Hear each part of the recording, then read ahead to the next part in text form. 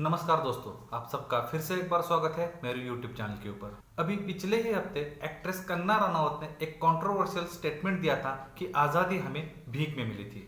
इस स्टेटमेंट को लेकर उसकी बहुत ज़्यादा आलोचना भी हुई थी, लेकिन साथ में कुछ ऐसे लोग हैं जो उछलकर सामने आ गए और कंगना की इस बात को सपोर्ट करने लगे और देश को मिली आज़ादी के ऊपर सवाल उठाने शुरू कर दिए, जिनका ये कहना है कि आज़ादी मिलती नहीं, उसे छीननी पड़ती है। अब सवाल ये उठता है कि ये कौन लोग हैं। जब इन लोगों के बारे में हम कुछ पता करने की कोशिश करते हैं तो एक बात सामने आती है कि ये सारे लोग एक ही संगठन से जुड़े हुए हैं। उस संगठन का नाम है आरएसएस। जी हाँ, ये वही संगठन है जो अपने आप को राष्ट्रवादी कहता है। लेकिन सबसे इंपॉर्टेंट बात जो हमें समझनी है वो यह है कि आरएसएस का आजादी की लड़ाई में एक्चुअली क्या कंट्रीब्यूशन था। आरएसएस की स्थापना 1925 में हुई थी और देश स्वतंत्र हुआ था 1947 में, यानी कि अंग्रेजों के जमाने में 22 साल तक आरएसएस इस धरती पर मौजूद था। इन 22 सालों में उन्होंने ऐसा क्या किया था जिन्हें हम आजादी का कंट्रीब्यूशन बोल सकते हैं। इसे समझने के लिए हम यहाँ पर कुछ एग्जाम्पल्स देखेंगे।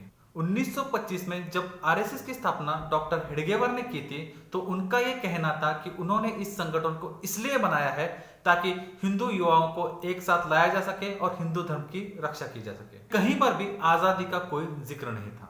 जब अंग्रेजों ने इनकी शाखाओं के ऊपर सवाल खड़े किए तो इन्होंने अंग्रेजों को भी कहा कि आरएसएस का उद्देश्य धर्म की रक्षा करना और धर्म का संगठन करना ही है।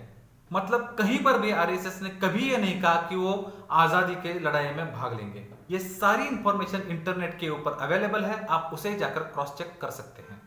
यहाँ पर हम एक और एग्जांपल लेंगे एक किताब का, जो किताब आरएसएस ही छापता है। जो किताब आरएसएस के पहले सरसंघ चालक डॉक्टर हेडगेवार के जीवन के विभिन्न घटनाओं का संकलन है। उस किताब में एक जगह पर संघ के तीसरे सरसंघ चालक मधुकर देवरस लिखते हैं कि भगत सिंह की फांसी के बाद वो और उनके साथी इतने ज्यादा प्रेरित हो गए थे कि उन्होंने ये कसम खाई थी कि वो अपने आप को भगत सिंह की राह पर ले जाएंगे और इसके लिए उन्होंने अपने घर से भाग जाने का फैसला भी कर लिया था। लेकिन जब ये बात उन्होंने डॉक्टर हेडगेवार को बताई तो ना सिर्फ डॉक्टर हेडगेवार ने उन्हें रोका बल्कि 7 दिन तक उनकी क्लास ली और उन्हें कहा कि ऐसे बिना सोचे समझे कुछ भी डिसीजन मत लिया करो और अपने आप को संघ के कार्य में झोंक दो। तो संघ की वो ऐसी कौन सी राह थी जो भगत सिंह की राह से नहीं मिल रही थी? जी हाँ, ये सवाल उठना लाजमी है।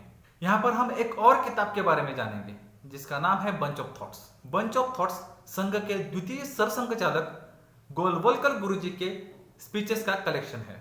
इस किताब में गोलवलकर गुरुजी शहीदों के बारे में ये कहते हैं कि इस बात में कोई संदेह नहीं है कि शहादत को गले लगाने वाले ये लोग महान होते हैं, लेकिन इनकी शहादत को समाज के आदर्शों के रूप में नहीं रख सकते और ना ही लोगों को इनसे प्रेरित होना चाहिए, क्योंकि वो अपने उद्देश्य को पाने में असफल रहे हैं। असफल लोग कभी भी आदर्श नहीं होते। जी हाँ, ये आरएसएस के विचार हैं शहीदों के बारे में और इनके वंशज आज आजादी के ऊपर सवाल उठा रहे हैं। तो जब भी कोई आजादी के ऊपर सवाल उठाता है तो उससे पूछिए कि संघ का आजादी में कौन सा योगदान था। अगर आजादी भीख में मिली थी तो ये भीख में मिली आजादी में भी उनका क्या कंट्रीब्यूशन था, और जिस तरह की आजादी वो चाहते थे उस तरह की आजादी पाने में भी उनका क्या कंट्रीब्यूशन था। अगर इन दोनों तरह की आजादियों में उनका कोई कंट्रीब्यूशन ही नहीं था तो ये किस हक से कहते हैं कि आजादी हमें भीख में मिली थी। इन्हीं के वंशज आज कहते हैं कि गांधी और नेहरू ने आजादी में कोई योगदान नहीं दिया था। लेकिन जब यह सवाल उन पर उठता है कि आपका क्या कंट्रीब्यूशन था तो वही लोग कहते थे कि क्विट इंडिया मूवमेंट में आरएसएस के स्वयंसेवकों ने हिस्सा भी लिया था और उन्हें फांसी की सजा भी हुई थी। एक तरफ ये लोग बोलते हैं कि कांग्रेस का आजादी में कोई योगदान नहीं था और जब उन पर यह सवाल उठता है तो वही लोग बोलते हैं कि हमने क्विट इंडिया मूवमेंट में हिस्सा लिया था। मतलब ये लोग अपने ही स्टेटमेंट को कॉन्ट्राडिक्ट करते रहते हैं। तो समझना हमें है कि हम किसकी सुने। अब आते हैं दूसरे पॉइंट पर, जहां पर ये कहते हैं कि वो एक्चुअल आजादी नहीं थी, वो ट्रांसफर ऑफ पावर था। अब जिस इंसान ने थोड़ा सा भी इतिहास पढ़ा है उसको पता होगा कि 1947 में देश के ऊपर अंग्रेजों का राज जरूर था, लेकिन फिर भी ये देश सैकड़ों संस्थानों के बीच में बटा हुआ था। जिनको अंग्रेजों ने ये आजादी दी थी, या तो आप भारत के साथ जुड़े या पाकिस्तान के साथ जुड़िए या फिर अपने संस्थान को एक स्वतंत्र राष्ट्र घोषित कीजिए। मतलब देश आजाद तो हुआ था लेकिन एक नहीं हुआ था। और ये सबसे बड़ा चैलेंज था हमारे सामने। इस चैलेंज को एक्सेप्ट करके हमारे देश के लौह पुरुष सरदार वल्लभ भाई पटेल ने इन सारे संस्थानों को एक साथ जोड़ा और उसके बाद वो राष्ट्र बना जिसे हम आज भारत कहते हैं। अब ये राष्ट्र तो बन गया, लेकिन सवाल था एडमिनिस्ट्रेशन का, और तब हमें जरूरत पड़ी एक ऐसे संविधान की जो सारे भारत को एक साथ जोड़ सके। और उस संविधान ने आम लोगों को ये पावर दी कि वो अपना लीडर खुद चुन सकते हैं। मतलब भारत देश में ऐसा पहली बार होगा कि इस देश का शासक जो होगा उसे लोग चुनेंगे। अब ये सबसे बड़ी प्रॉब्लम थी आरएसएस के लिए, क्योंकि उन लोगों का मानना था कि अंग्रेजों ने ये शासन पेशवाओं से लिया था, तब अगर अंग्रेजों को ये देश आजाद करना है तो फिर से वो शासन पेशवाओं को दे दे। इस बात से तब के कांग्रेस लीडर एग्री नहीं करते थे और इसीलिए ये लोग आज भी कांग्रेस को गाली देते हैं। और तो और जब तिरंगे को भारत का राष्ट्रध्वज घोषित किया गया तब गोलवलकर गुरुजी ने ये क्लियरली कहा था कि भारत का राष्ट्रध्वज तिरंगा नहीं हो सकता, क्योंकि 3 अपने आप में एक अपशकुनी आंकड़ा है। उसके बाद जब जन गण मन को भारत का राष्ट्रगान घोषित किया गया तब भी इन लोगों ने कहा कि जन गण मन भारत का राष्ट्रगान नहीं हो सकता। अगर आज की बात करें तो डॉक्टर सुब्रमण्यम स्वामी ने एक लेटर लिखा था भारत के प्रधानमंत्री श्री नरेंद्र मोदी जी को कि जन गण मन में जो अधिनायक शब्द है उसे हटाया जाना चाहिए। ये लेटर इंटरनेट पर अवेलेबल है, आप इसे जाकर पढ़ सकते हैं। मतलब हर वो चीज जो भारत का सर्वोच्च मान बिंदु है उससे आरएसएस को दिक्कत थी, या फिर यूं कहें कि उन्हें आज भी दिक्कत है।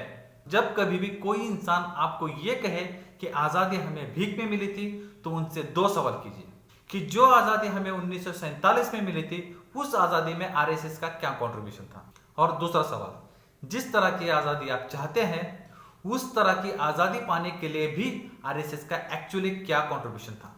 मुझे यकीन है वो इन 2 सवालों के जवाब नहीं दे सकते। अगर उनको देना भी है तो भी वो फिट इंडिया का ही एग्जाम्पल देंगे, क्योंकि उनके पास बताने के लिए कुछ है ही नहीं। ये सच्चाई है आरएसएस की और उनके आजादी के कंट्रीब्यूशन की। उम्मीद करता हूं कि ये वीडियो आपको पसंद आया होगा। अगर आपको लगता है कि जो भी मैंने कहा है वो सही है तो इस वीडियो को लाइक कीजिए, ज्यादा से ज्यादा लोगों तक शेयर कीजिए, और अगर इस चैनल पर नए हैं तो हमारे चैनल को सब्सक्राइब कीजिए। तब तक के लिए धन्यवाद। जय हिंद।